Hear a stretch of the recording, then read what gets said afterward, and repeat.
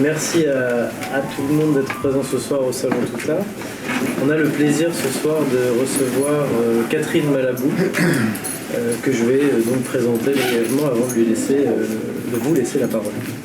Alors vous êtes philosophe et professeur à l'université de Kingston au Royaume-Uni, mais aussi à l'université de Californie à Irvine, puis à l'European Graduate School à Saasfee.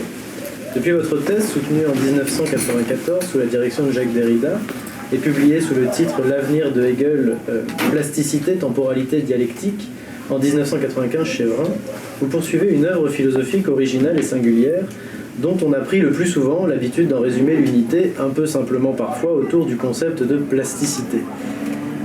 Si ce concept de plasticité, dont vous nous parlerez peut-être, et dont je ne dirai rien sinon qu'il laisse entendre minimalement le primat du mouvement sur la fixité de l'être, et ainsi met l'accent sur la transformativité, la dynamique de la matière, voire de l'existence, ce concept de plasticité, donc, bien qu'il soit mis au jour dans vos travaux à partir de votre lecture de Hegel, ne cessera d'évoluer, d'être mis à profit, philosophiquement bien sûr, mais aussi scientifiquement, avec la question des neurosciences, existentiellement, pour le dire ainsi, par vos réflexions sur la question féministe, mais encore sur le corps et ses dominations, ou sur le clitoris.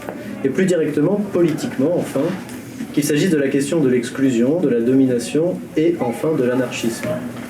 Au fond, vous mettez au défi les idoles, les mythologies, les principes, avec ce qu'invite à voir et à subvertir la plasticité, ou plutôt la dynamique qui la sous-tend, et le refus des avatars de toute fixité, d'assignation, de résignation, synonyme d'aliénation et de domination, toujours illégitime. Cela s'atteste donc, je le disais, dans votre discussion avec la tradition philosophique dont vous héritez en vous en distinguant, celle de la dialectique et de la déconstruction, et dont il est notamment question dans vos ouvrages La plasticité au soir de l'écriture, dialectique, destruction, déconstruction chez Léo Scher en 2004, mais aussi Le change Heidegger, du fantastique en philosophie chez Léo Scher toujours en 2004, mais encore dans Ontologie de l'accident, Léo Scher toujours en 2009, et puis plus récemment, et nous allons y revenir, dans Au voleur, anarchisme et philosophie, paru au PUF en 2022. Vous avez aussi maintenu un important dialogue ouvert et critique avec les neurosciences et la question que posent les découvertes scientifiques à l'endroit du cerveau, et loin d'instaurer les bases réductionnistes d'un matérialisme naïf ou physicaliste, déterministe, vous montrez en quoi il y a là la nécessité de réinvestir une pensée de la transformation où le concept de plasticité se réaffirmera avec force, et ce, donc, dans un ouvrage intitulé notamment « Que faire de notre cerveau » paru chez Bayard en 2004, mais aussi en passant par la question du traumatisme dans Les nouveaux blessés de Freud à la neurologie, penser les traumatismes contemporains chez Bayard en 2007, ou encore, faisant sinon la synthèse, au moins le milieu d'une réflexion sur la philosophie et sur les neurosciences dans La chambre du milieu de Hegel aux neurosciences, paru chez Hermann en 2009. Enfin, dans Métamorphose de l'intelligence, sous-titré Que faire de leur cerveau bleu, paru au PUF en 2018, vous poursuivez cette réflexion à partir de la notion d'intelligence, telle qu'elle est reposée par l'approche neuroscientifique, et de fait l'intelligence artificielle, dont le sous-titre « Que faire de leur cerveau bleu » renvoie justement au projet Blue Brain de simulation intégrale du cerveau humain par l'ordinateur. Cette réflexion se poursuit aussi et se transforme autour de thèmes, disons, existentiels, je choisis ce terme, bon, ça on prend un autre, et notamment autour du féminisme dans Changer de différence, paru chez Galilée en 2009, et plus récemment dans Le plaisir effacé, clitoris et pensée, chez Payot-Rivage en 2020. Mais encore, vous proposez une réflexion sur le corps humain, lui-même dans Soit mon corps, une lecture contemporaine de la domination et de la servitude chez Hegel, paru chez Bayard en 2010, un livre que vous co-signez avec Judith Butler. Enfin, bien que ce rappel demeure trop bref et trop schématique, c'est à la question plus directement politique que vous consacrez des ouvrages récents. Précisément, nous vous recevons aujourd'hui pour 2 livres, qui marquent donc, dans votre œuvre, un passage plus explicite, bien qu'il y ait déjà une présence implicite, à la réflexion, implicite ou pas d'ailleurs, à la réflexion politique comme telle, à partir de la question spécifique et majeure de l'anarchie.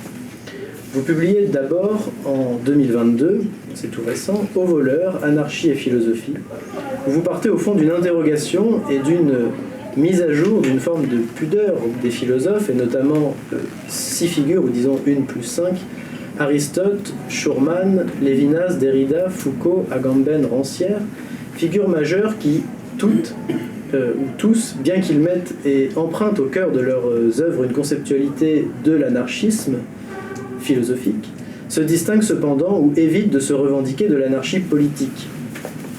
De cette réflexion sur le vol des philosophes à l'anarchie, qui donne son titre notamment, et sur l'écart possiblement ou pas surmontable de l'anarchie des philosophes et de l'anarchie politique, vous en venez en 2024 à un deuxième ouvrage qui vient spécifier votre réflexion anarchiste autour de la figure du premier d'entre eux, revendiqué comme tel, je suis anarchiste, celui qui a précisé les fondements politiques et au fond philosophiques, à savoir bien sûr Pierre-Joseph Proudhon.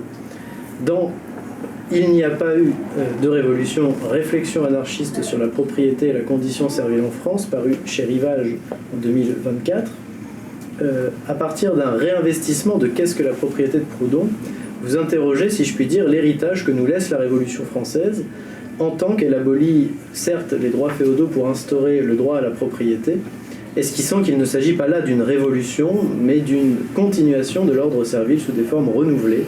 Et c'est à partir du droit d'aubaine notamment que Proudhon pose la question et que vous la poursuivez dans cet ouvrage. En tout cas, vous relancez cette question à partir du droit d'aubaine. Je cite Proudhon. La propriété et le droit d'aubaine, et EST, et le droit d'aubaine, cet axiome sera pour nous comme le nom de la bête de l'Apocalypse, nom dans lequel est renfermé tout le mystère de cette bête. Je n'en dis pas plus et je vous laisserai nous éclairer sur cela. Pour conclure et vous laisser la parole, ces travaux posent en définitive, et à la suite des anarchistes, la question de la nécessité et donc de la légitimité de tout pouvoir, de tout gouvernement, qui instaure le fondement d'un ordre institué entre gouvernants et gouvernés, c'est-à-dire une société de l'ordre et de la domination, et donc du contrôle et de l'asservissement. Au nom de quoi, au fond, une telle idée pourrait-elle s'établir ? Contre cela, vous laissez entendre la scandaleuse et cependant admirable idée de l'anarchisme, à savoir que l'ordre véritable et légitime, souhaitable, n'est pas celui qui émane de l'aliénation aux ordres étatiques et gouvernementaux, aux maîtres de toute espèce, mais qu'il y a un sens possible de l'ordre qui, lui, émane de l'absence de tout gouvernement, et que donc, en nous gouvernant nous-mêmes, la paix et la liberté sont au fond possibles, et plus encore qu'ils ne sont possibles qu'ainsi. Je n'en dis pas plus donc pour l'instant, et je vous remercie encore de votre présence ce soir au Salon Tout Art. Et je m'empresse donc de vous laisser la parole, avant d'ouvrir la discussion, pour nous présenter ce qui vous a amené, au regard de votre parcours, à la question anarchiste et ce qui, à travers ces deux livres, vous est apparu comme essentiel pour penser notre temps, en réinvestissant la possibilité, voire la vérité de l'anarchie. Merci beaucoup, bonsoir à tous et à toutes. Merci pour cette très belle présentation. J'ai plus rien à dire, mais ça. Mais si vous voulez, je vais commencer par quelque chose de très général qui est que bon, je suis philosophe. Et en fait, penser philosophiquement la domination est quelque chose de très difficile. Je pense que si vous avez déjà lu des livres de philosophie politique, vous avez lu des choses sur le pouvoir, vous avez lu des choses sur le commandement, vous avez lu des choses sur l'obéissance. Mais la domination est quelque chose de très particulier qu'on peut caractériser comme abus de pouvoir. Et donc, cette notion, qui n'est pas véritablement thématisée en philosophie, pose immédiatement la question de la limite qui sépare le pouvoir de l'abus de pouvoir. Par exemple, puisqu'on parle de thèse, de faire une thèse, où doit s'arrêter le pouvoir d'un directeur de thèse ? Où doit s'arrêter le pouvoir d'un médecin ? Où doit s'arrêter le pouvoir d'un homme sur sa femme, etc., etc. Et la domination concerne tous les domaines de la vie et pose nécessairement la question de la frontière. L'anarchisme commence avec cette question. On dit souvent que les anarchistes sont des militants qui visent la disparition de l'État. En réalité, la disparition de l'État n'est pas la question première. La question première, c'est celle de la domination, parce que selon eux, le gouvernement, qui est censé précisément nous protéger contre la domination, ne peut être qu'une forme de domination. C'est-à-dire que gouverner, dans la mesure où cela repose sur la logique du commandement et de l'obéissance, ne peut jamais éviter de franchir la limite de l'abus de pouvoir. Donc il y a plusieurs exemples de ça, en particulier justement quand Proudhon a écrit sur la Révolution française, comment il analyse le fait que la démocratie après la Révolution a basculé dans la terreur, Il analyse toutes les formes de dégénérescence des gouvernements, et selon les anarchistes, tous les gouvernements sont amenés à dégénérer d'une manière ou d'une autre, et à dominer les sujets. C'est une idée qui m'a beaucoup intéressée. C'est une idée qui m'a aussi beaucoup intéressée parce qu'elle n'est pas marxiste. Parce que Marx, comme vous savez, pense l'abus de pouvoir économiquement. Et donc pour lui, et pour les marxistes en général, la domination, c'est l'exploitation économique. Alors que pour les anarchistes, comme je viens de le dire, la domination, elle s'étend à tous les domaines de la vie.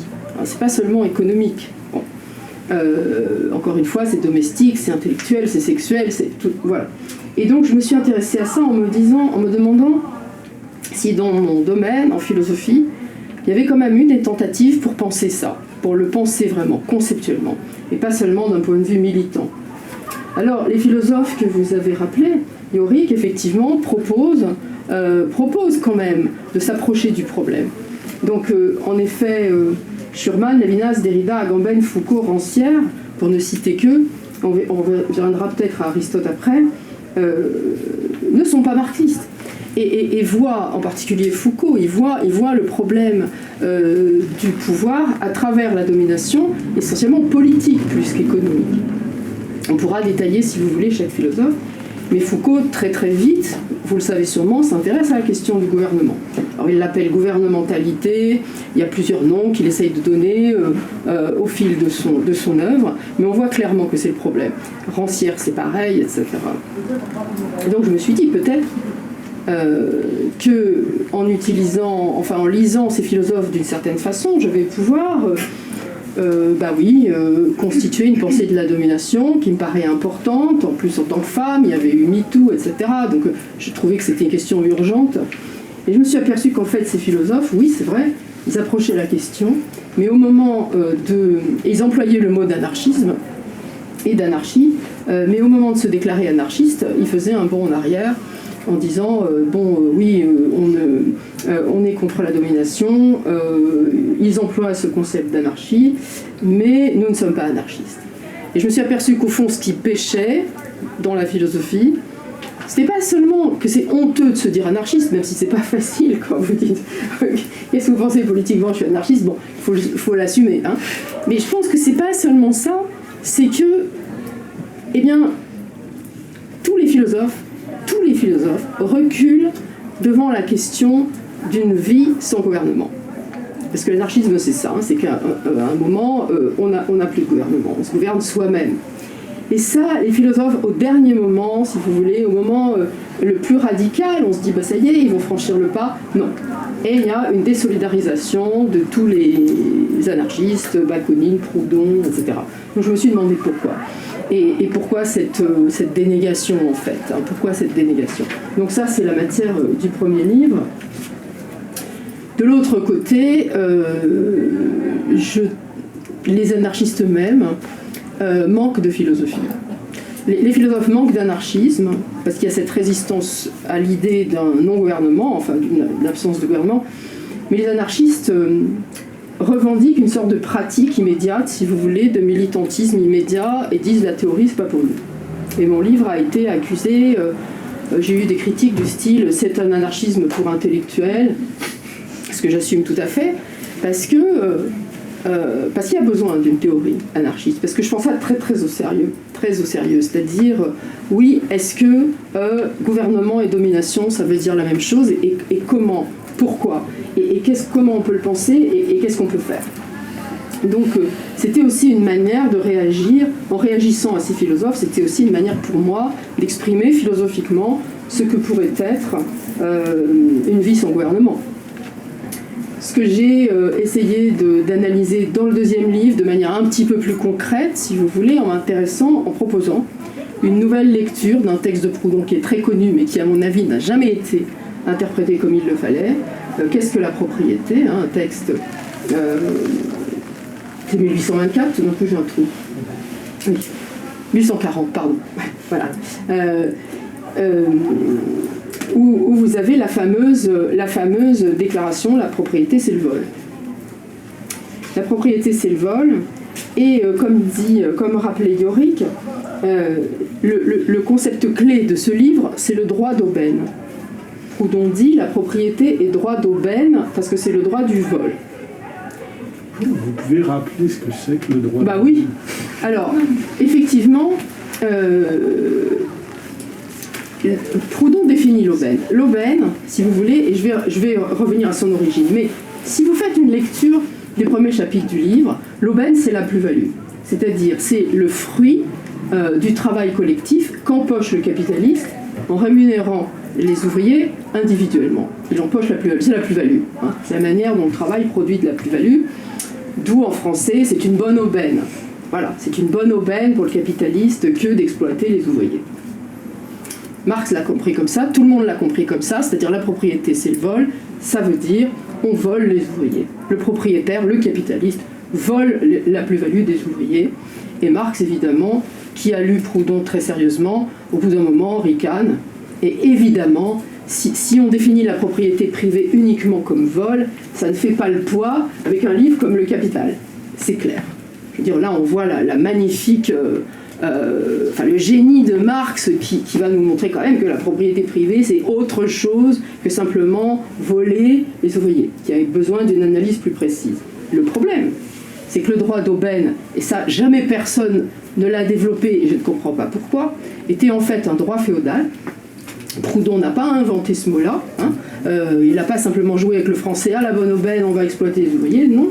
C'était un droit féodal, l'aubin, c'était un étranger, c'était l'étranger, qui habitait sur le fief du seigneur et qui devait payer un droit. Le seigneur accueillait les aubains, ok, vous pouvez rester chez moi, etc., mais il fallait payer un droit, et le droit d'aubaine était un droit comme la gabelle, la taille, enfin, toutes les corvées. Hein. Et Proudhon va assimiler le prolétaire à l'aubin, c'est-à-dire à l'étranger, ainsi qu'au serf et au bâtard.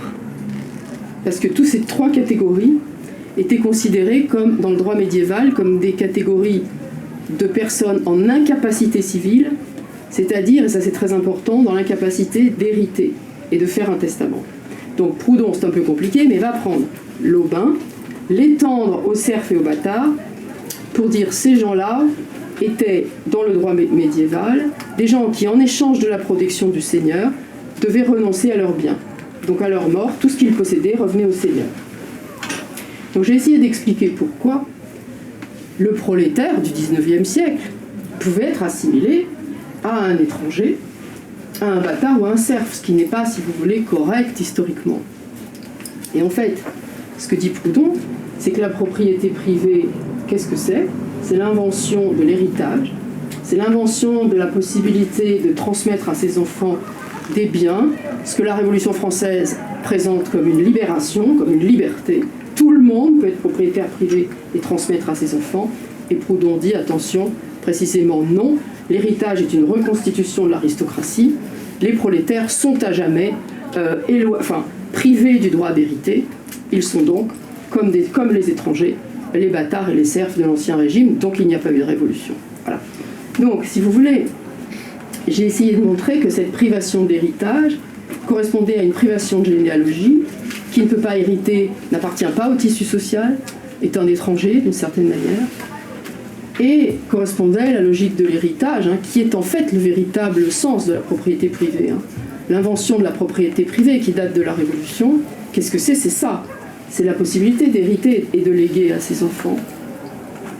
En fait, était la forme de domination qu'utilisait le gouvernement français, le gouvernement révolutionnaire, Napoléon en particulier, pour maintenir les pauvres, les travailleurs, dans la servitude. Donc c'était, si vous voulez, un exemple concret de domination entièrement politique, certes économique dans son effet, mais politique dans son intention. Et j'ai un peu extrapolé à partir de là pour montrer qu'au fond, rien n'avait changé. Voilà. Sur le fait que rien n'ait changé, peut-être que je pensais y venir plus tard, mais ça s'y prête finalement. Sur le techno-féodalisme, qui d'une certaine façon est la continuation très contemporaine de cette histoire. Le techno-féodalisme, c'est le fait que... Alors c'est Durand, hein, c'est l'économiste, Cédric Durand, qui emploie cette notion. Le fait que les grands capitalistes emploient, comme vous savez, des travailleurs précaires et les traitent de la même manière que le propriétaire traite les prolétaires chez Proudhon. C'est-à-dire qu'on a à la fois une espèce de modernisation extrême du capitalisme,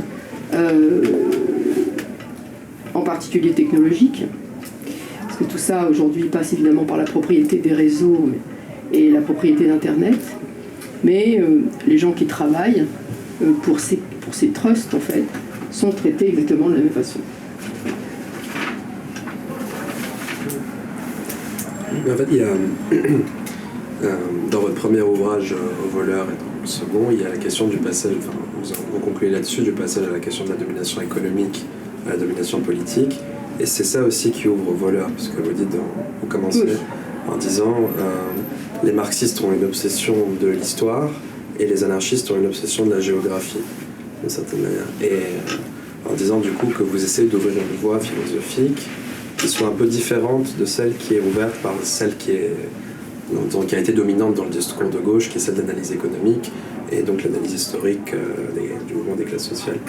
Et il y a un fil de pensée assez intéressant et nouveau qui s'ouvre, puisque il y a toute une lignée de la philosophie qui s'inscrit dans l'analyse d'Aristote jusqu'à Rancière,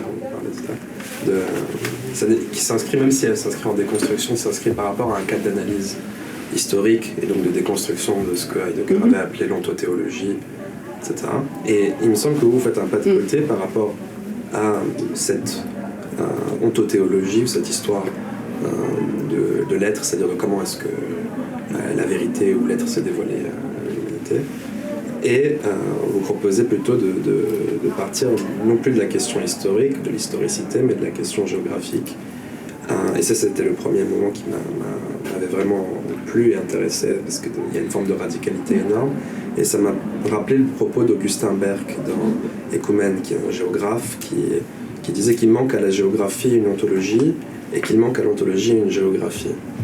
Et d'une certaine manière, dans votre travail, il y a une forme d'essayer de constituer cette ontologie géographique, c'est-à-dire parce que la fin de l'ouvrage va vers cet être être anarchiste, qui n'arrive pas à se constituer ou se positionner dans les catégories classiques de la métaphysique, mais qui essaye de trouver une position ou une horizontalité ou une multiplicité par rapport à une opposition, mais pas vraiment en opposition, en négation, mais en figure d'altérité par rapport à la métaphysique classique.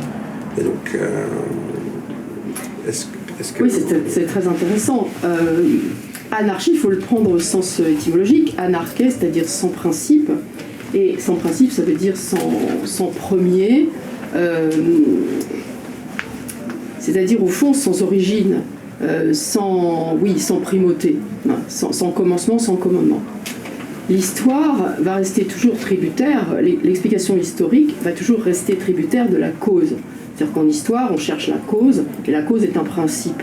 L'explication historique va toujours chercher le premier. Comment ça a commencé ? Voilà. Et c'est exactement la démarche de Marx. Comment le capitalisme a-t-il commencé ? Les anarchistes, et c'est vrai que j'aurais dû dire ça, si vous voulez, la propriété, c'est le vol.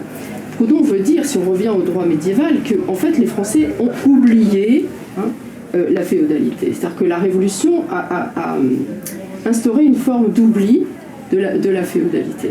Il y a un vol de mémoire. Les anarchistes disent attention à l'analyse historique. L'analyse historique va unifier les causes et les effets et ne rend pas compte de phénomènes qui sont inexplicables, de trous. Il y a toujours des trous dans l'histoire. Il y a toujours du non-dit, il y a toujours des choses inexplicables, etc. Et les historiens n'en rendent pas compte.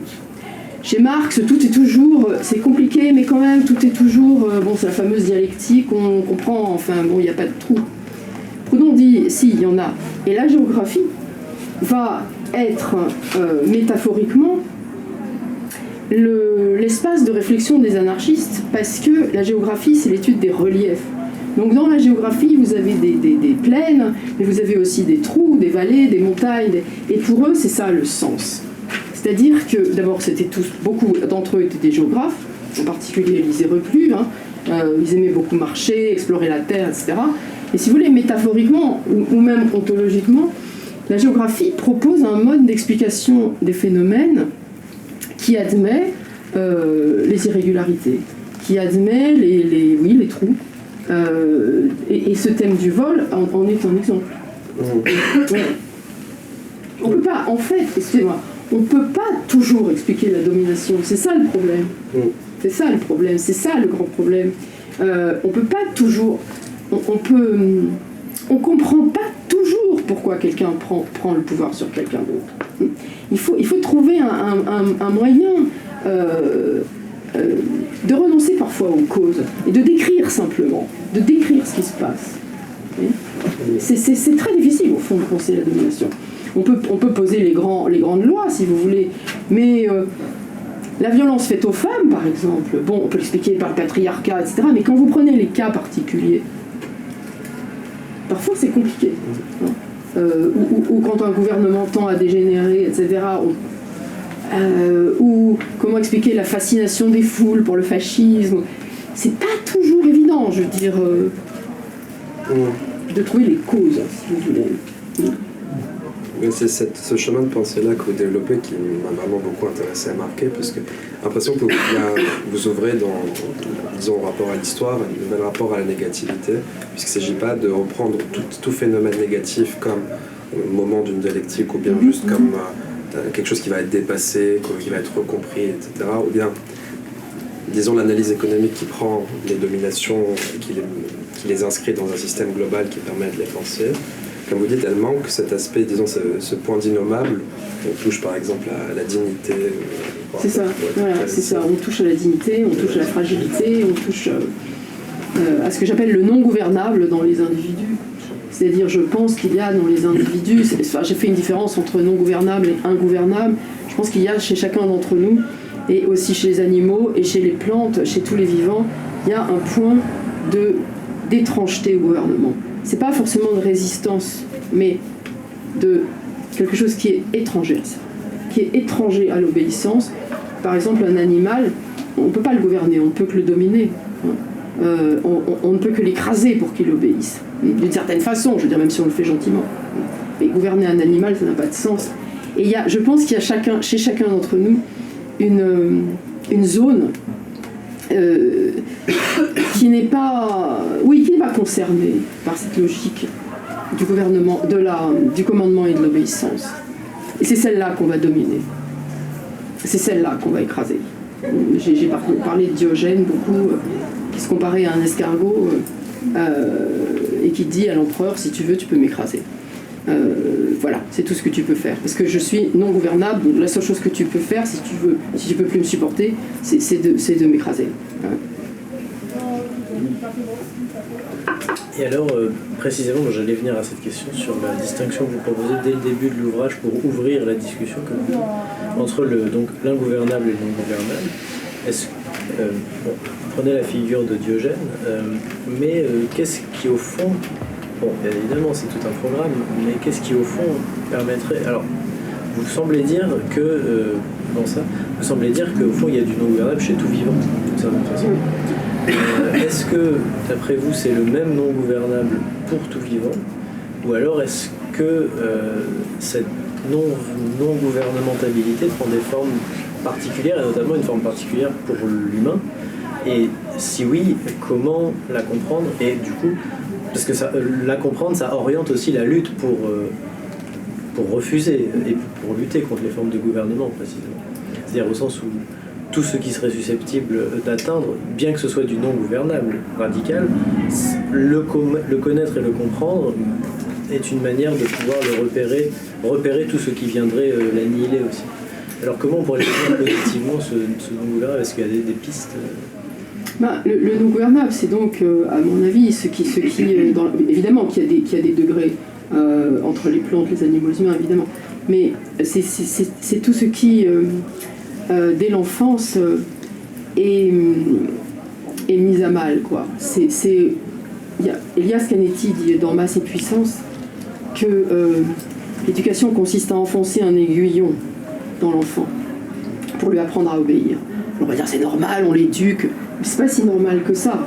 Je veux dire qu'on voit bien que il y a on force quelque chose et le non gouvernable, eh bien, c'est précisément ce dans quoi on enfonce l'aiguillon. Alors qu'est-ce que c'est ? Eh bien, c'est cette part de l'être qui, encore une fois, est étranger au commandement et à l'obéissance, et qui, si on lui laissait la parole, si on la laissait être, ce qui ne veut pas dire qu'il n'y a pas d'éducation, évidemment, hein, mais on peut éduquer les gens sans leur enfoncer d'aiguillon, si on la laissait parler, si on lui laissait libre jeu, peut-être aurait-on une société anarchiste. C'est-à-dire une société où, au lieu de gouverner, on coopère, où effectivement on peut élire des gens pour un temps précis, sur des contrats révocables, on peut tourner, etc. Il faut bien qu'il y ait des gens qui s'occupent des choses, mais qui n'ont pas de statut de gouvernant, qui sont là de manière provisoire. Je veux dire que, évidemment, là on touche au domaine de l'utopie, c'est-à-dire que, au fond, ce non-gouvernable, c'est la part utopique de l'être. On rigole de l'utopie, quand on dit c'est une utopie, on dirait que c'est dévalorisant, mais en fait, utopie, ça veut dire sans lieu, ça veut dire c'est ce qui en nous, au fond, est inventif. C'est ce qui est de l'ordre de l'imaginaire, c'est ce qui est de l'ordre d'une doublure possible du réel. Et je pense que, oui, si vous vouliez une définition, elle sera courte, mais oui, le non-gouvernable, c'est l'utopique. C'est la part utopique de l'être. C'est une réflexion que vous abordez aussi en citant le texte de Foucault sur le corps utopique. Oui. C'est un signifiant le signifiant utopique qu'on apprécie particulièrement. On a sous-titré d'ailleurs Salon tout art, lieu d'utopie. Dans la mesure vous avez sous-titré, pardon ? On a sous-titré notre lieu. Ah ouais. D'accord. Lieu d'utopie. Ah oui, d'accord. Très bien. Parce que vous avez raison. Vous faites une distinction pour ceux qui n'ont pas lu le livre entre l'ingouvernable et le non-gouvernable.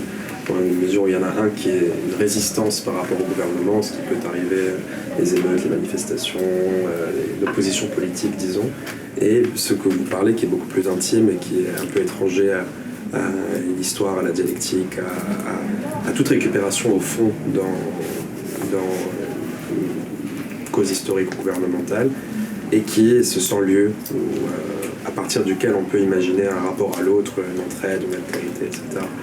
Et bon, c'est la question de l'utopie, du coup, de créer des espaces où cette utopie existe, est possible. Bien sûr. À partir de... Voilà. Mais en même temps, il y a un danger à toujours assimiler l'anarchisme à l'utopie.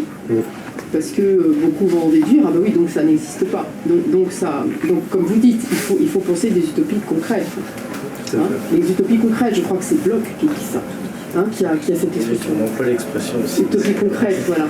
Mais alors, j'ajoute juste dans la continuité de ça, l'expression de corps utopique chez Foucault, au fond, moi c'est une espèce de prisme psychanalytique et lacanien, mais d'ailleurs vous discutez Freud et vous utilisez Lacan en exergue d'un chapitre.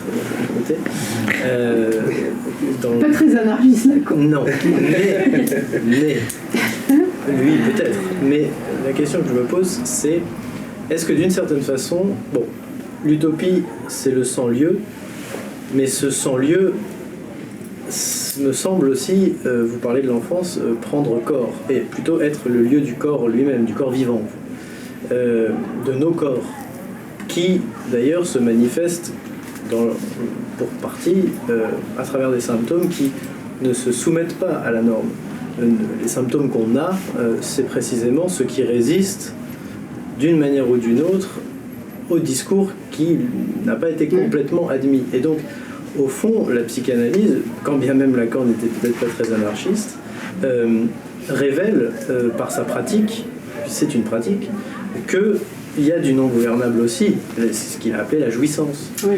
Et je pense que la jouissance du corps vivant, qui est une jouissance qui est complètement enchevêtrée au langage, mais notamment à la langue, chez Lacan, ça veut dire qu'il y a un corps qui parle, et que ce corps qui parle de manière non gouvernable. Et je pense que c'est peut-être là un des lieux de repérage, d'une part, de cette non-gouvernabilité, et surtout peut-être, moi dans ma perspective, mais de la dignité humaine, c'est-à-dire au fond de ce qui fait l'humanité de l'homme, pour prendre l'expression de Minkowski.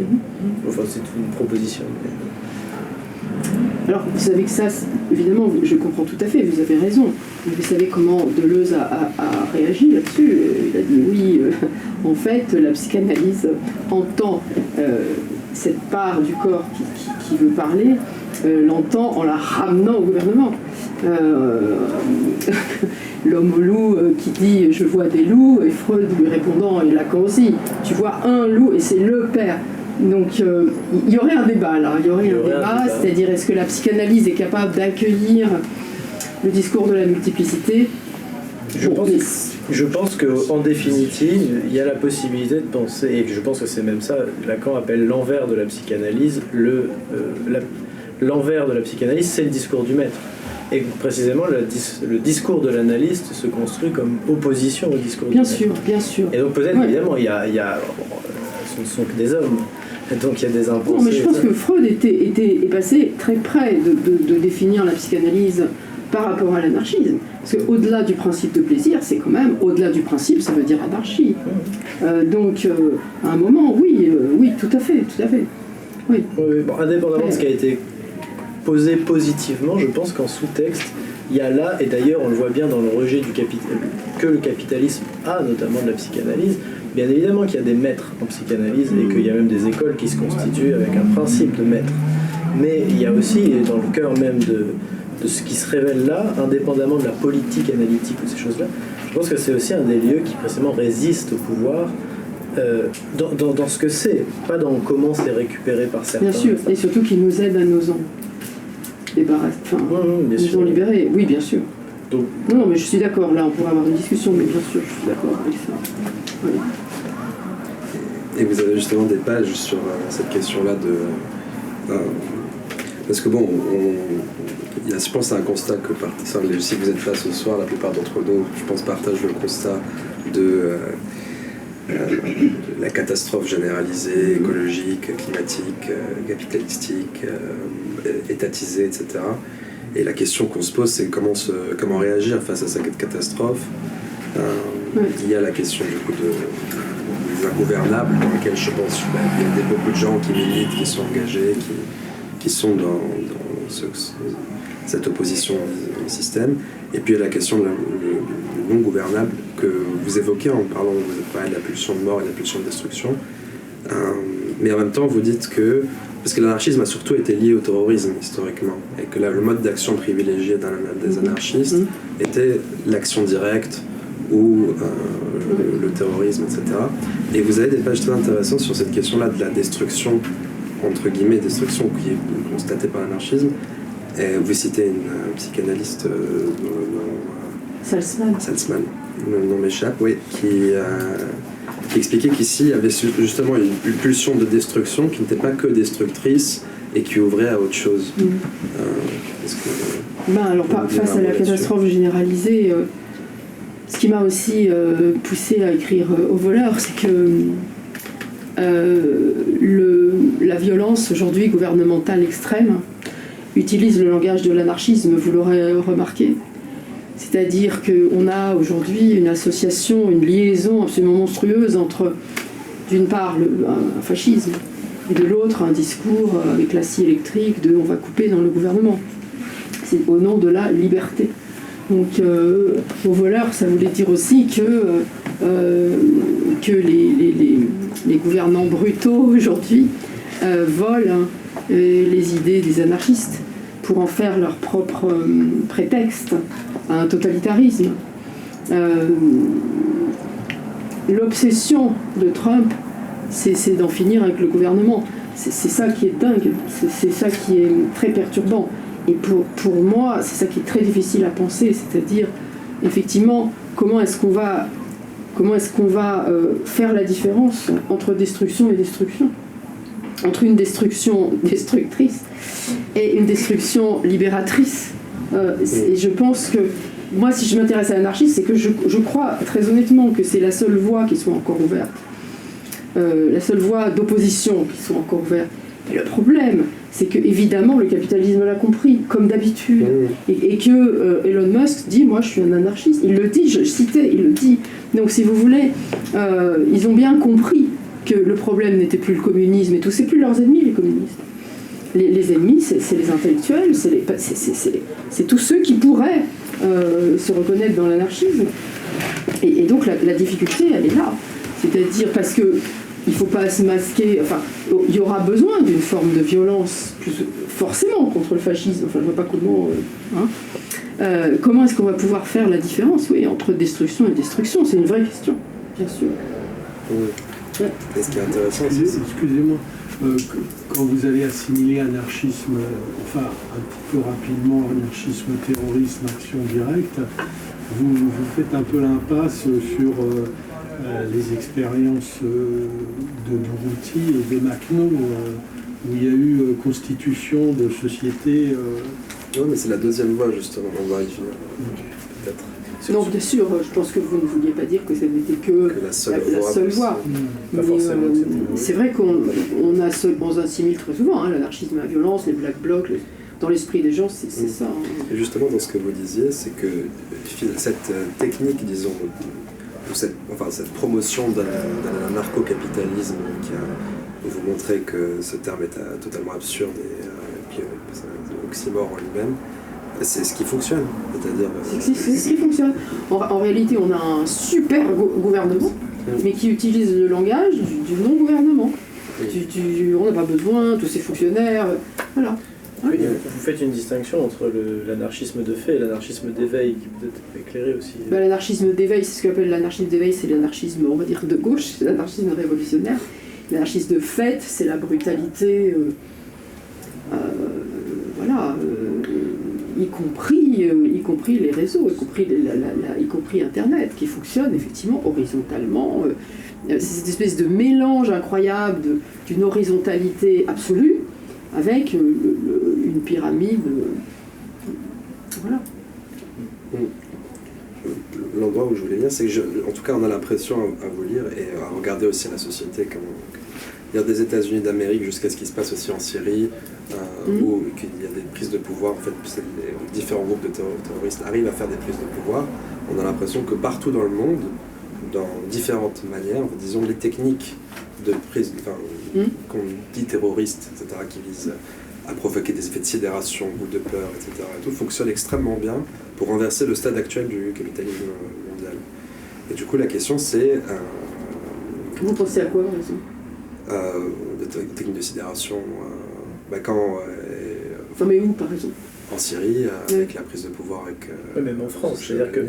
C'est-à-dire, bien évidemment, il ne s'agit pas de faire la promotion de ça. Par contre, cependant, de voir que là où le capitalisme s'organise pour sa défense et même créer l'idéologie autour de ça, en créant de la confusion, des divisions au sein du peuple, etc., c'est autour des attentats terroristes, évidemment, qui sont faits au nom de l'islamisme radical, qui, au fond, est juste...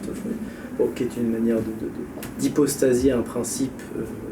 religieux pour motiver la lutte, mais de fait que les moyens qui sont utilisés pour le faire, c'est cette irruption-là terroriste, et il n'y a que ça qui subvertit, en tout cas qui met en péril l'organisation capitaliste telle qu'elle s'organise, et qui même fait faille dans le système policier. Et donc c'est ce qui d'ailleurs pousse certains à du coup considérer que c'est vers ça qu'il faut s'engager. Ce qui est paradoxe, c'est un problème, puisque comme en face, la gauche ou l'extrême gauche ne trouve pas forcément de moyens, parce que cette radicalité a été étouffée dans les années 70, et on est rentré dans une logique de la non-violence, les seuls qui aujourd'hui ont maintenu une violence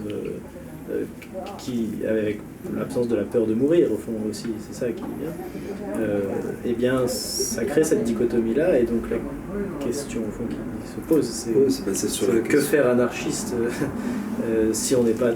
Enfin, évidemment, comment au fond la gauche ou l'extrême gauche, et puis c'est le paradoxe aussi, le paradoxe de l'anarchisme, c'est que comment penser une prise de pouvoir anarchiste, puisque par définition il ne s'agit pas de se référer au pouvoir de son institution, tel que les révolutions jusqu'à présent ont réinstauré un pouvoir.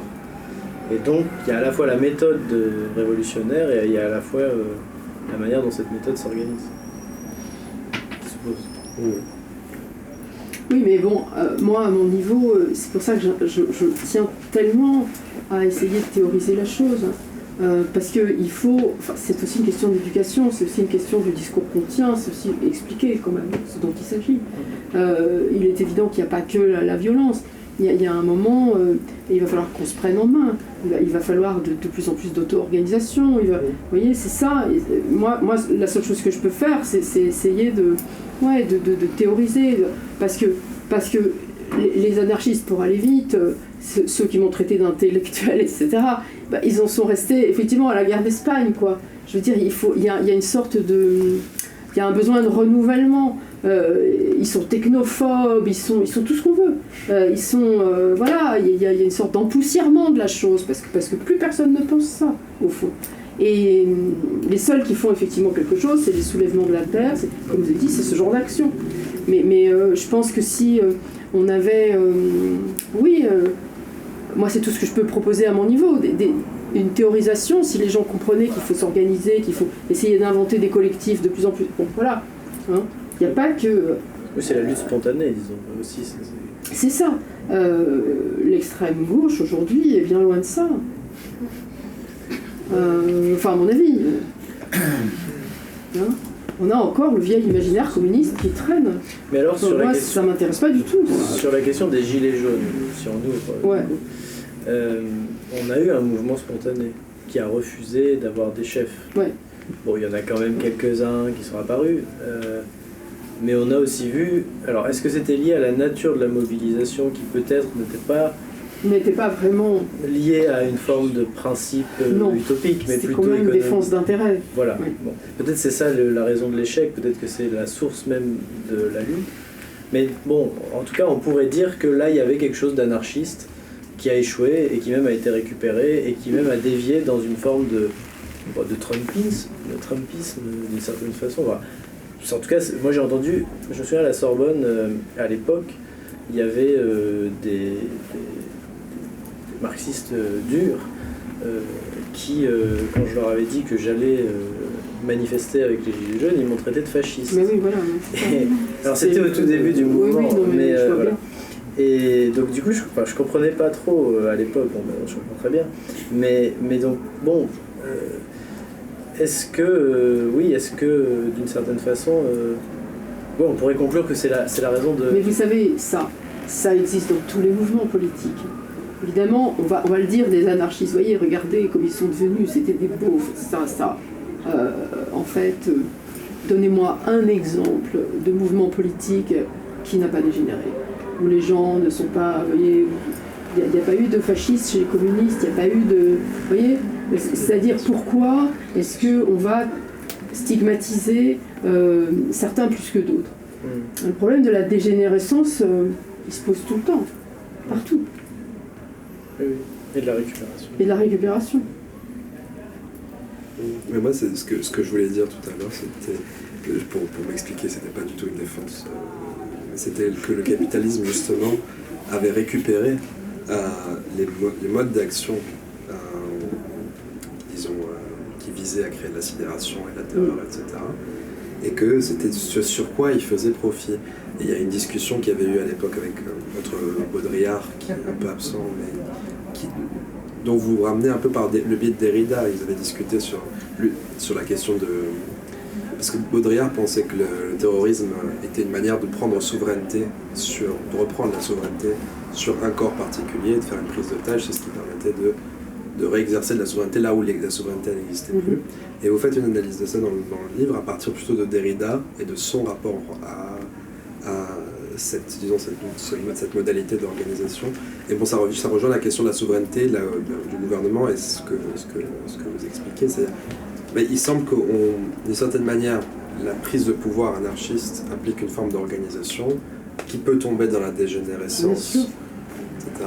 Et en même temps, l'action singulière, autonome, spontanée, etc., même si elle crée une prise de souveraineté sur un moment donné, elle est inféconde pour créer autre chose. Sauf du côté de l'extrême droite, où eux savent très bien récupérer des actions singulières pour en faire après marcher leur locomotive, leur discours politique, et même leurs actes violents qu'ils peuvent commettre. Le terrorisme extrême droite aux États-Unis est extrêmement répandu, des choses comme ça. Oui, un peu c'était. Le fait est qu'il n'y a plus de terrorisme d'extrême gauche non plus. C'est-à-dire qu'il n'y a qu'un terrorisme religieux. Et les brigades rouges n'existaient pas. Et bon, quand elles existaient, elles étaient décriées par les partis communistes, etc. Donc il y a cette autre voie que vous proposez, qui est la voie de la théorisation, et en disant qu'on peut, pour nourrir cette action politique, passer par la théorie. Et puis il y a ce que monsieur proposait sur la question des modes de vie concrets aussi. C'est la question, je pense, qui pourrait être dans la continuité de ça. On avait dit 2000 plateaux, c'était l'introduction à la vie non fasciste. Et c'est ce qui là, j'ai l'impression qu'on est dans une introduction à la vie anarchiste, et surtout sur les dernières pages, ce dont vous avez... Alors c'est vrai que moi, je ne peux pas vous donner de solution. Je sais pas, je suis comme beaucoup de gens, je ne sais pas ce qu'on peut faire. Voilà, moi, ce que je peux faire, c'est une pratique théorique. Parce que c'est comme ça que je... Enfin, voilà. On peut donner que ce qu'on a ou ce qu'on n'a pas. Ouais. Mais moi, je crois que c'est très très important, à mon niveau, de réfléchir effectivement à la vie anarchiste. Ouais. Je crois qu'il faut apprendre à donner envie aux gens. Je crois qu'il faut réveiller le désir. Voilà ce que je peux faire, moi. Après, bon, c'est vous les jeunes qui devez... mais c'est vrai, c'est vous qui devez... Allez, on fait. Il y a aussi, à mon avis. Alors peut-être que il y aurait tellement de choses à dire, mais on peut ouvrir la discussion, comme ça sera plus... Ouais. Donc... C'était très bien, merci des questions. Oui, Brice. J'ai une question un peu en forme de réflexion aussi, mais pour susciter le débat, c'est selon moi vraiment la démocratie. Dans le sens où de la coopération, du débat, de faire une communauté qui se donne à elle-même finalement ses règles et ses fins, et d'essence anarchiste. Ça, j'en suis certain. Et je dirais aussi que l'anarchisme est d'essence non violente. C'est-à-dire que la violence, oui, tout à fait, qui est une forme finalement la plus brute de domination, est contraire au principe d'anarchie. Et alors, ce que je voulais dire, c'est juste que finalement la violence et les actions violentes ont teinté l'anarchisme, et finalement on fait le jeu des opposants de l'anarchisme. Et il y a énormément de choses concrètes à faire pour justement s'auto-organiser, créer des communautés apprenantes, libres, en lien avec les principes anarchistes. Il y a vraiment il y a plein de choses très concrètes au-delà de la théorie à faire là-dessus. Donc ça m'intéresse que vous réagissiez là-dessus. Et également, j'avais juste une question par rapport à votre livre. En fait, vous évoquez pas du tout Jacques Ellul, qui a pensé aussi l'anarchie, et notamment dans son versant technocritique. Ouais, et chrétien, voilà. C'est pour ça que je pense que ça aurait mérité une étude à part. Parce que l'anarchisme chrétien, c'est encore un petit peu différent. Enfin, c'est très intéressant. Ça m'intéresse d'avoir votre avis là-dessus. Parce qu'en effet, il avait fait un lien entre le christianisme. Moi, je me rappelle, quand j'étais jeune, le Christ, il y avait des chansons. Enfin, le Christ était présenté comme un anarchiste. Oui. Jésus-Christ est un hippie. Non, mais c'est vrai. L'anarchisme chrétien, c'est très intéressant, oui. Mais bon, je ne pouvais pas en traiter. Enfin, ça aurait mérité une étude à part. Il ne rentrait pas pour vous dans la filiation, en tout cas dans Voleur, vous ne pouvez pas s'insérer là. Je sais que Claudel, j'ai écrit un article là-dessus sur l'anarchisme chrétien. Je ne sais plus où c'est paru, mais j'ai écrit quelque chose parce que Claudel, quand il était jeune, avait des sympathies anarchistes bizarrement. Et il dit croire en Dieu est la seule façon de ne pas avoir de maître. Donc en fait, il y a un vrai, il y a une vraie authenticité de l'anarchisme chrétien. Mais je pense qu'il faut, avant de mettre dans la même catégorie, ça mérite un traitement spécifique. Mais l'élu, il est très intéressant, je suis d'accord avec vous. Pour revenir à la démocratie, c'est tout le problème, évidemment. Vous avez raison, la démocratie est d'essence anarchiste, c'est la thèse de Rancière. Depuis le début, il dit ça. Et c'est vrai que, c'est pour ça que j'ai parlé d'Aristote dans le premier chapitre, hein, c'est que Aristote, dans les politiques, définit la démocratie comme une espèce de circularité totale entre commander et obéir. Il dit que chaque citoyen doit tour à tour commander et obéir et défend une égalité radicale, avec Solon, etc. On a dit, mais les politiques d'Aristote, ou la politique, ça dépend comment on traduit, c'est un livre plein d'apories, on ne sait pas comment ça a été fait, c'est pas que c'est plein d'apories, c'est qu'à un moment Aristote se contredit lui-même, parce que à la fois il dit ça, et en même temps il dit oui, mais quand même, certains sont plus que d'autres faits pour gouverner. C'est-à-dire qu'il part d'une idée de démocratie radicale, d'égalité radicale, mais petit à petit, il en vient à l'idée quand même que certains ont plus la vertu du gouvernement que d'autres, et à partir de là, c'est fini. Il dit pour gouverner, il faut une arché, donc en principe, et la démocratie devient, à la fin du livre, le chaos. Voilà. Donc il faut défendre une forme d'oligarchie, enfin, etc. Aristote, ce livre d'Aristote est complètement fascinant, parce qu'il, précisément, on y voit la lutte entre deux formes de pensée. Et sur la violence ? La violence... Ah oui, si on définit effectivement la démocratie comme une forme d'égalité radicale, vous avez raison, c'est non violent. Bien sûr que l'anarchisme n'est pas violent par essence. C'était votre question, non ? Oui, c'est ça, mais en fait, même ça réagit à la question à laquelle j'ai réagi, et parlons du terrorisme et ça. En fait, bien évidemment que, je disais dans mon propos, c'est que la seule manière d'obtenir, disons, la paix et la liberté, c'est précisément, et donc la non-violence, ce serait par cette logique anarchiste. Et c'est la question du fait qu'on ne va pas nous laisser faire. Donc que l'organisation, pour obtenir ça, interroge sur le moyen de la violence. Bien sûr que ce ne soit pas l'unique moyen, puisque de fait... mais c'est simplement on peut essayer de constituer des communautés anarchistes ou des choses comme ça. Non, mais il y a aussi beaucoup de gens qui militent pour la démocratie participative, pour un changement de type de démocratie. Oui, non, mais de fait, c'est d'ailleurs... Il n'y a pas que les petites communautés, le jardin privatif, le jardin je sais pas quoi. Non, il y a aussi, on pourrait peut-être changer les modalités de fonctionnement de la démocratie, je crois que c'est ça surtout. On voit bien, les anarchistes sont contre le vote. On voit bien que le vote ne veut plus dire grand-chose. On voit bien ça. Mais c'est aussi un débat qu'on retrouve, alors pour le coup, s'ils sont pas tellement... c'est pas la question anarchiste qui les occupe, mais c'est par exemple, quelqu'un comme Mélenchon, c'est quelqu'un qui, on en pense qu'on veut, etc., mais qui s'est dit que de toute façon, toutes les formes de violence politique, et dans la rue, et même le terrorisme d'extrême gauche, etc., ou les black blocs, etc., c'était une manière de perdre du terrain politiquement dans le champ de la démocratie libérale, etc. Et donc il a dit, on va y aller, on va faire la révolution citoyenne, etc. Et donc il le fait avec une forme d'entrisme médiatique tout à fait pertinente, etc. Et bon, quitte à voter, moi je préfère voter Mélenchon parce que je pense qu'il est le plus cohérent et le plus radical avec ce qu'est la démocratie bourgeoise.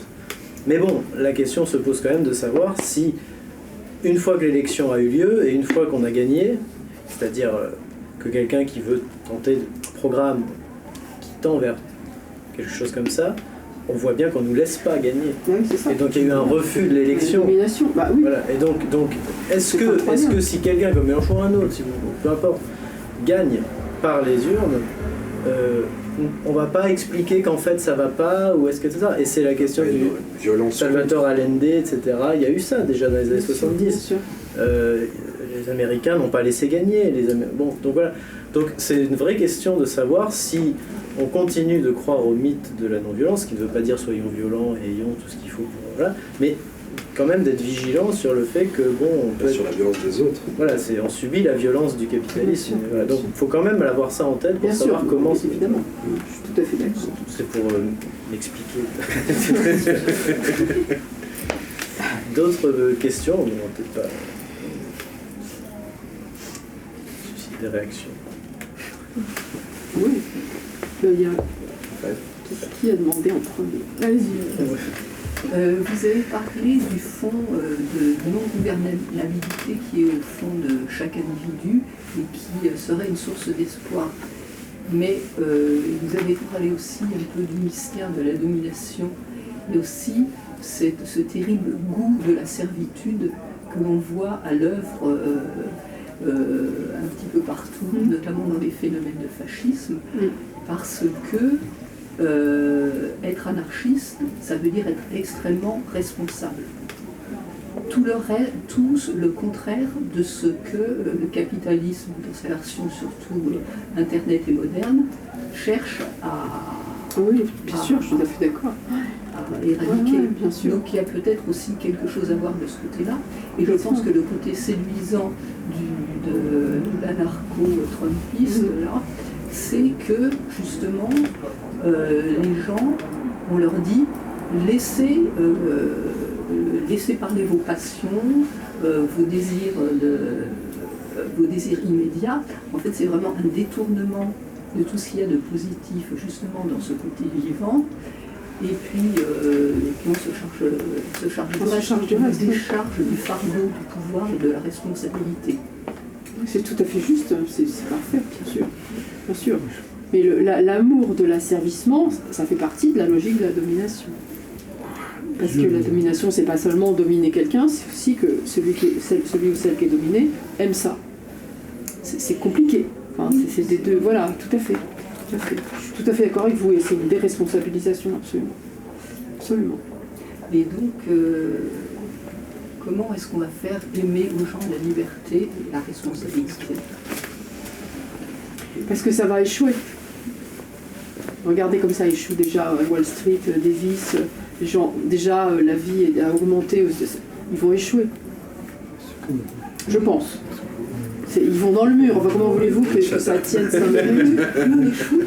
Non mais franchement non. Enfin, c'est peut-être moi qui. Mais enfin il va se passer quelque chose, c'est pas possible. Oui, mais il y a des guerres qui suppléent. Ah bah oui, écoutez, moi je ne sais pas, je ne suis pas Madame Soleil. Non, mais mais j'ai quand même l'espoir que ces gens-là ne... Il y a une logique de régulation du capitalisme par les guerres qui l'engendrent. C'est sûr. Et de fait, on voit bien qu'on nous prépare à ça.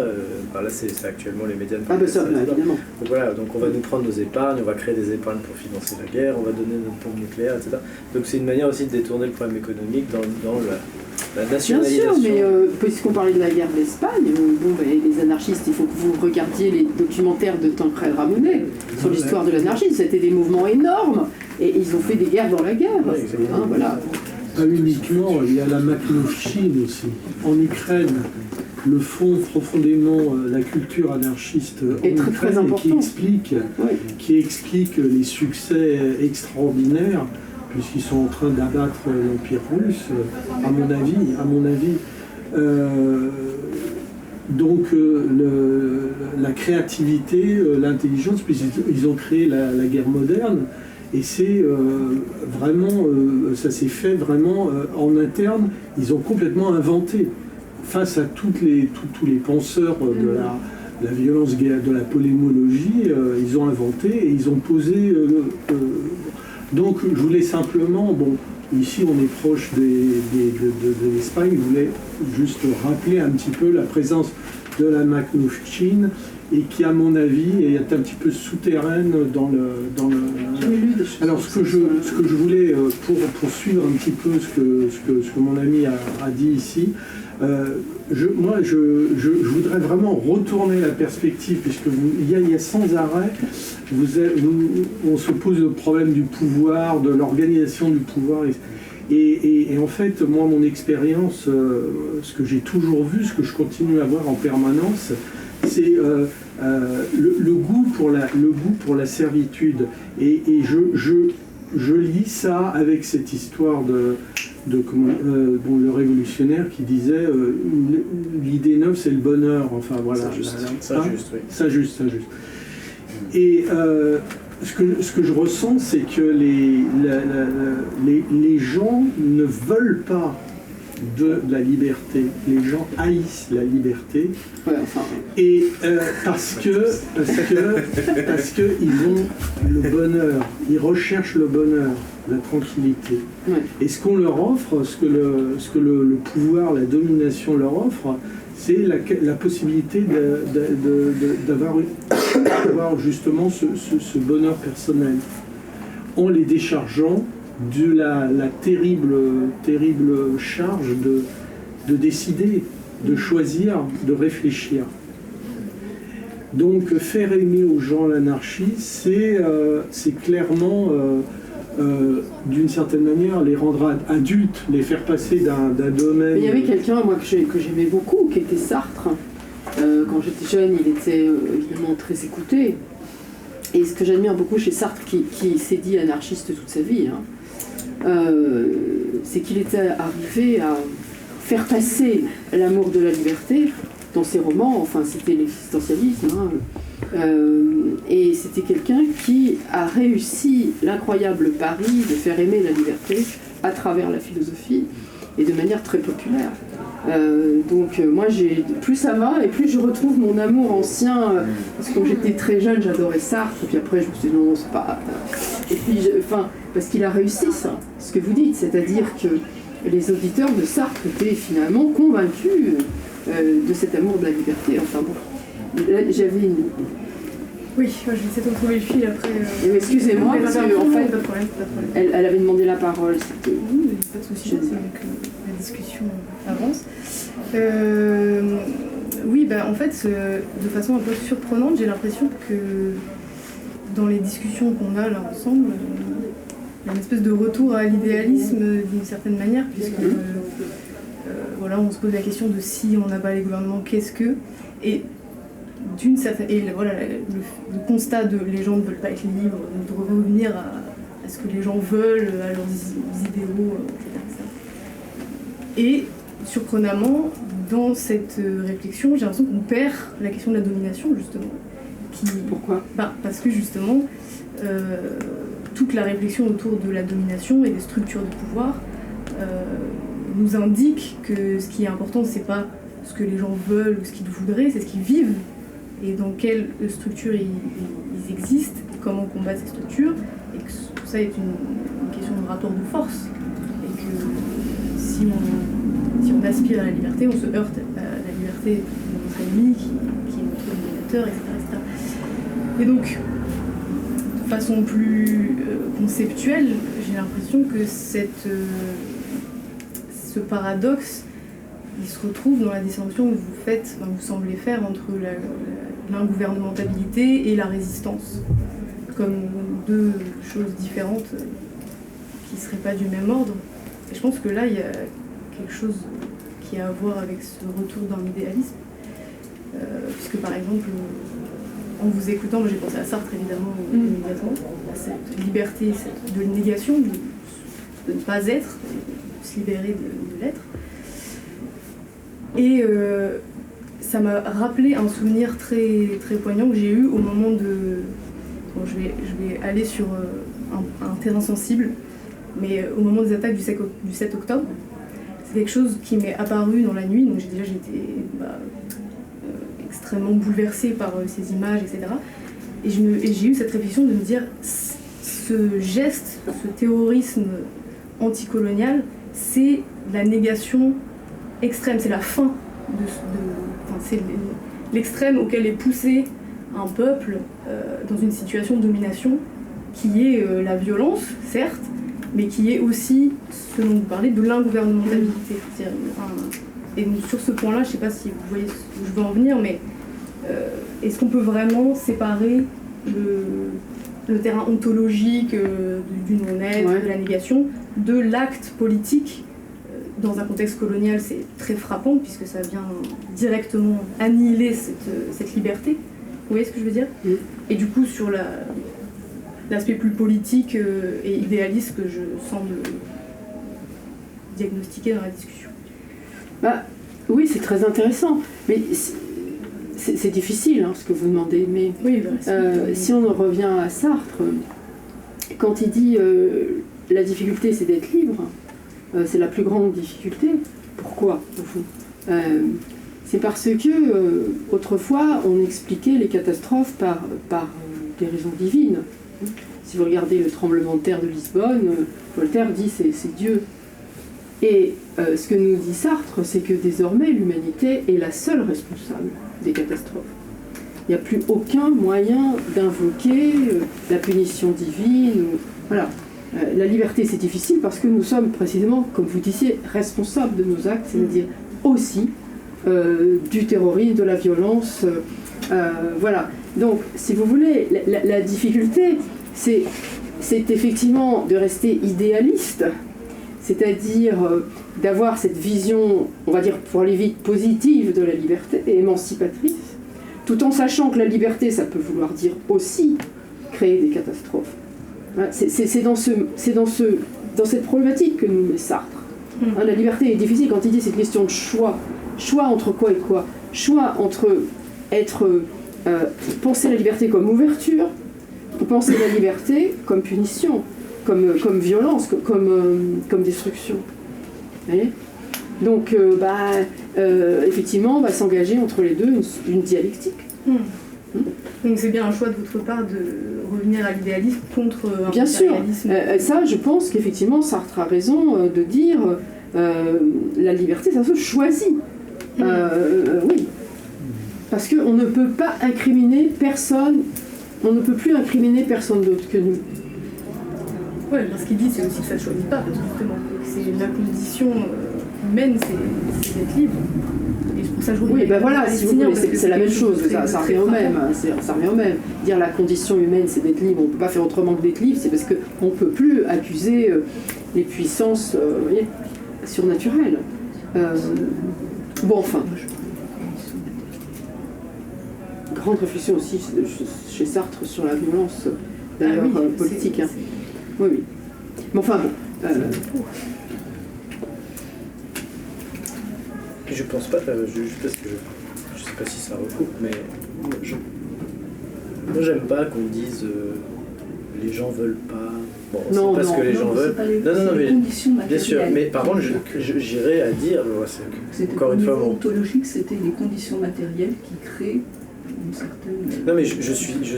En fait, c'est juste que je le mettrais pas à un plan des volitions empiriques. Bon, bref, de ce qu'on veut ou ce qu'on veut pas, comme ci, comme ça, mais plutôt du fait que. Bon, c'est le côté psychanalyse, encore une fois, mais de fait, évidemment qu'il y a, au sens très singulier du terme, une dimension de pulsion de mort et que on veut pas forcément notre liberté, on veut pas forcément le beau, on veut pas forcément le bien, et qu'on peut aimer des choses qui sont mal, et qu'on peut même en jouir, et que c'est même ça qui peut nous caractériser, et que c'est même quand on le comprendra qu'on pourra en faire quelque chose d'autre que de le subir. Bon. Donc du coup c'est une manière de dépurifier, et je pense que l'anarchiste peut tout à fait accepte ça complètement, si en plus le non-gouvernable a à voir avec ça. Donc du coup on peut concilier ce principe de servitude volontaire qui serait propre au fond à notre condition, et en même temps le fait d'en savoir quelque chose et donc d'en faire quelque chose. Ce qui serait pas du tout une pureté qui correspondrait plutôt à d'autres formes d'idéal politique, justement. La pureté militante, la pureté d'action, la pureté de demain. Il faut avoir les mains sales. Tout à fait. On va peut-être s'arrêter sur les mains sales alors.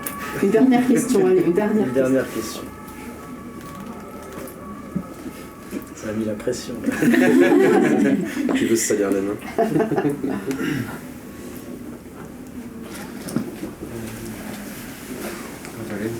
Non, mais parce que finalement, il y a deux manières de se salir les mains. Il y a la méthode qui vise à se salir les mains finalement dans un rapport de force. Et j'ai l'impression que l'histoire de l'anarchisme a été très focalisée sur ça, sur ce rapport de force, et penser le rapport de force. Alors qu'en fait, l'énergie essentielle à puiser, je pense, de l'anarchisme, c'est justement de réfléchir aussi dans l'après, et donc dans les formes d'auto-organisation, les formes de véritables sociétés démocratiques à opérer. Oui, tout à fait, bien sûr, évidemment. Je suis tout à fait d'accord. Ce n'est pas une question. Moi, je ne sais pas si personne en a une, moi j'en ai une dernière. Allez. Parce qu'on a déjà parlé. Vous dites, parce que sur la fin du livre, parce qu'il n'y a plus rien à entendre d'en haut, et puis vous faites... Attendre. À entendre d'en haut. Attendre. Pardon? Attendre. Oui, c'est ça. J'ai cru que vous disiez entendre. Ah non, non. C'est ce que t'as dit, mais tu verras ça avec toi-même. Il a dit ça? Oui, t'as dit entendre. Vous avez dit entendre, parce que le psychanalyste va... Oui, alors pardon. Oui, bon, j'interprétais pas mes propres lapsus. Donc oui, il n'y a rien à...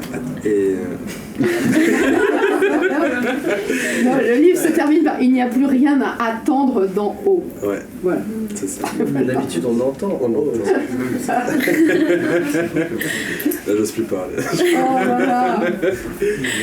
Non, mais c'était par rapport à cette question-là. Et en même temps, bon, ça c'est peut-être une question un peu personnelle et par rapport à un cadre de réflexion. En fait, il y a un très beau passage dans le livre sur... vous parlez de Lévinas et Blanchot sur la question que vous avez évoquée là, c'est-à-dire de croire en Dieu, ça permet de ne pas avoir de maître. Et vous dites que quand le peuple juif est sorti d'Égypte, le pharaon était face à eux comme un maître, et que c'est d'une certaine manière ce maître-là qui est aussi une condition de possibilité de l'émancipation. Et vous citez ce que Blanchot qui dit ça en gros en disant que il est heureux d'une certaine manière d'avoir un maître parce que ça nous ouvre la possibilité de dépasser la servitude et d'ouvrir à quelque chose d'autre. Ah ça, j'aime pas ça du tout. Et ouais. Ça, c'est pour ça que je critique, parce que effectivement, c'est cette idée que ça fait du bien d'avoir un maître, parce qu'au moins ça nous apprend ce que c'est de ne pas en avoir. Et donc, ma question c'était, il y a cette vie-là, disons, cette attente-là, qui peut exister dans les religions constituées. Et puis il y a ce que vous proposez, il n'y a rien à attendre d'en haut. Et donc la question, disons, de où se trouve, parce qu'au final, le réservoir d'énergie révolutionnaire doit se trouver quelque part. Certains le trouvent aujourd'hui dans la religion, certains le trouvent ailleurs, etc. Et donc ma question c'est s'il n'y a rien à attendre d'en haut, où se trouve aujourd'hui le réservoir d'énergie où on peut tirer justement ça. Et ça c'est une question énorme, mais moi je peux vous y répondre que personnellement. Par exemple, en tant que philosophe, et vous qui êtes jeune, vous devez avoir cette question, il y a un moment où il est très important de dire adieu à ses maîtres.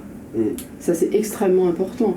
Je veux dire que moi, pendant très longtemps, j'ai eu des maîtres, évidemment, Hegel, et puis Derrida, et à un moment, il faut les laisser.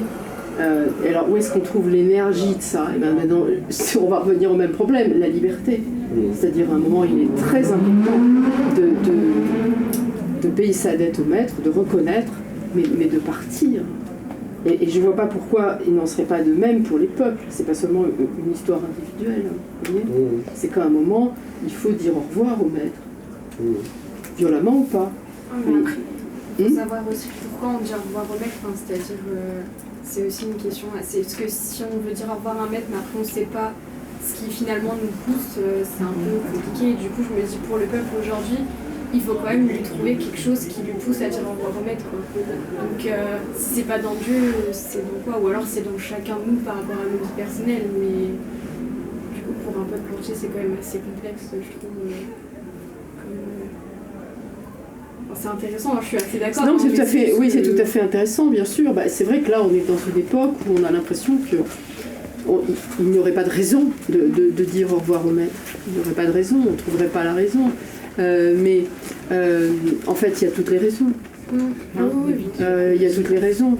Et on s'apercevra un jour que ces maîtres-là, qui sont très écrasants, au fond, ne sont que des tyrans. Un jour, moi, je pense qu'un jour, il y aura l'échec de ça. Mais pour l'instant... peut-être pour la simple raison d'éviter la catastrophe. Après la catastrophe. Ouais, moi je ne crois pas. Ce sera trop tard. Moi, je voulais juste dire un truc, j'étais un peu dérangé par le terrorisme lié à l'anarchie. Et aussi le fait que ce soit poussiéreux, notamment avec, par exemple, les cypherpunks et le logiciel libre. Des gens qui ont créé des logiciels libres sans rien faire payer à personne et que tout le monde peut retravailler dessus. C'est des initiatives qui justement permettent de reprendre du territoire de manière très anarchique. Et c'est quand même quelque chose d'assez moderne et derrière ça, il y a des gens très importants. Et du coup, c'est vraiment, pour moi, c'est ça l'essence et vers quoi il faut tendre. Oui, tout à fait, je suis d'accord. Et il faudrait réussir à le faire dans d'autres domaines, mais enfin, c'est ça. Faut pas oublier qu'il y a quand même encore des gens qui font des choses autres que du terrorisme. Oui, bien sûr. Passer par l'intelligence. Il y a le salon Toutard par exemple. Il y a ça, non? Le salon Toutard par exemple. Ah oui. Je fais pas de promotion. Mais c'est vrai que pour revenir, vous dites les gens, pourquoi tout un peuple, mais vous voyez bien qu'il n'y a plus de discours aujourd'hui. Ah oui. La gauche a complètement échoué à précisément inciter les gens à ne plus avoir de maître, etc. C'est un échec total. C'est pour ça que je pense qu'il y a peut-être quelque chose à faire du côté de l'anarchisme, parce qu'il me semble que c'est la seule... voilà, vous voyez... À dire vrai sur cette question-là de ce que disait ce monsieur. Ouais, les logiciels libres, c'est vachement important. Mais ils sont considérés comme des terroristes, vous savez. Mais oui, c'est ça. Julian Assange, qui, à sa façon, a été emprisonné pour avoir divulgué ça. Et je pense à Burroughs qui avait truqué à l'époque les ondes de radio ou de télévision, je ne sais plus trop, qui avait réussi à faire passer des messages, révolutionnaires, etc. Bon. Aujourd'hui, la question, ce serait aussi comment on peut subvertir ces réseaux techno-féodaux dont ils sont à peu près imprenables ou par très peu de gens qui maîtrisent la technique. Mais de fait, si vous le faites, vous finirez en tôle autant que l'anarchiste qui a tué ou qui a je ne sais quoi. Bon, voilà. Donc vous êtes autant un terroriste en fait. Et d'ailleurs, l'éco-terrorisme...